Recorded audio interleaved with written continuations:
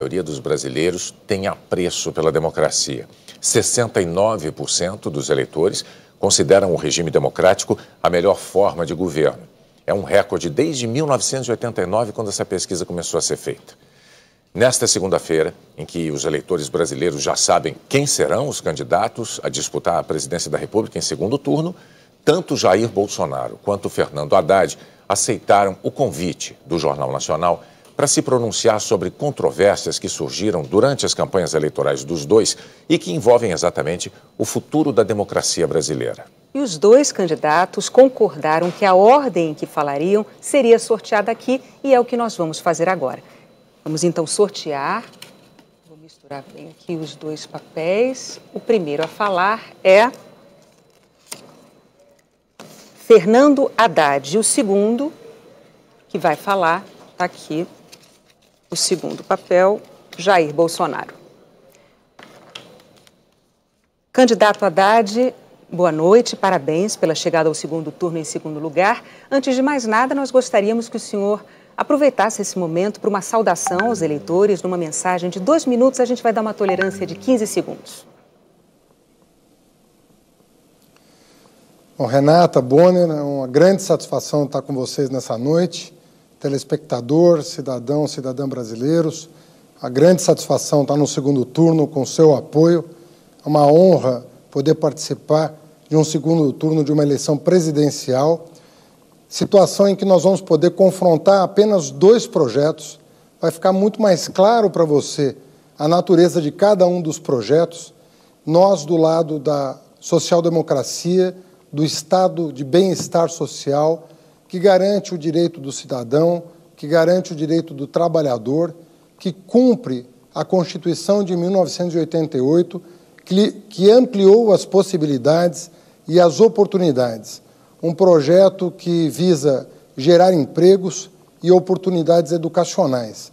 Conforme eu tenho dito ao longo dessa campanha, eu que tenho apenas 20 dias de campanha e consegui atingir 29% dos votos, mais de 30 milhões de brasileiros e brasileiras confiaram no nosso projeto, eu tenho dito que uma pessoa tem que acordar e ter para onde ir. É como eu aprendi com meu pai.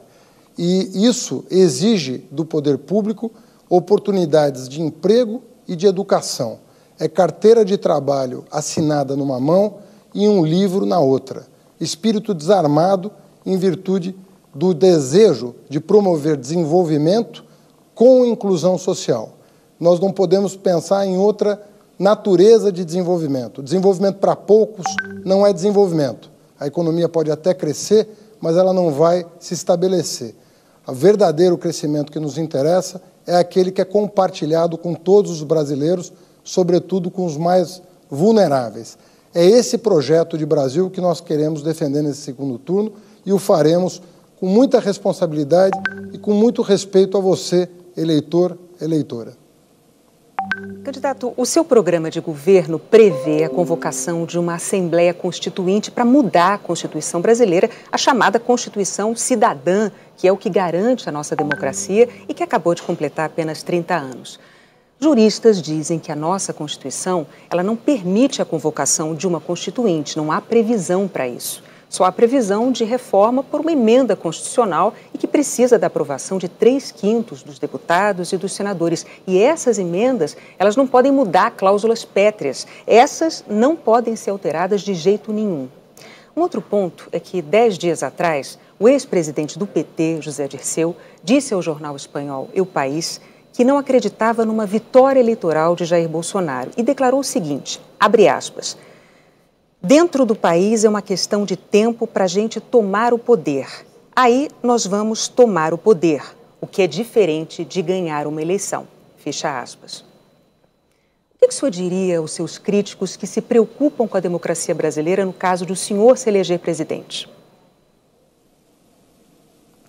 Bom, em primeiro lugar, sobre a primeira pergunta, nós revimos o nosso posicionamento.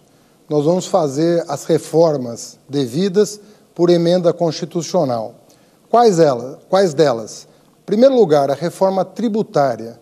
No Brasil, quem sustenta o Estado é o pobre, infelizmente. Quem paga mais imposto proporcionalmente à sua renda é o pobre.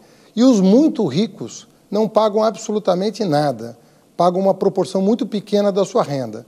Essa reforma tributária será feita por emenda constitucional, que prevê, inclusive, a isenção de imposto de renda para quem ganha até 5 salários mínimos, uma proposta defendida por nós desde janeiro de 2018 e que contempla o nosso plano de governo.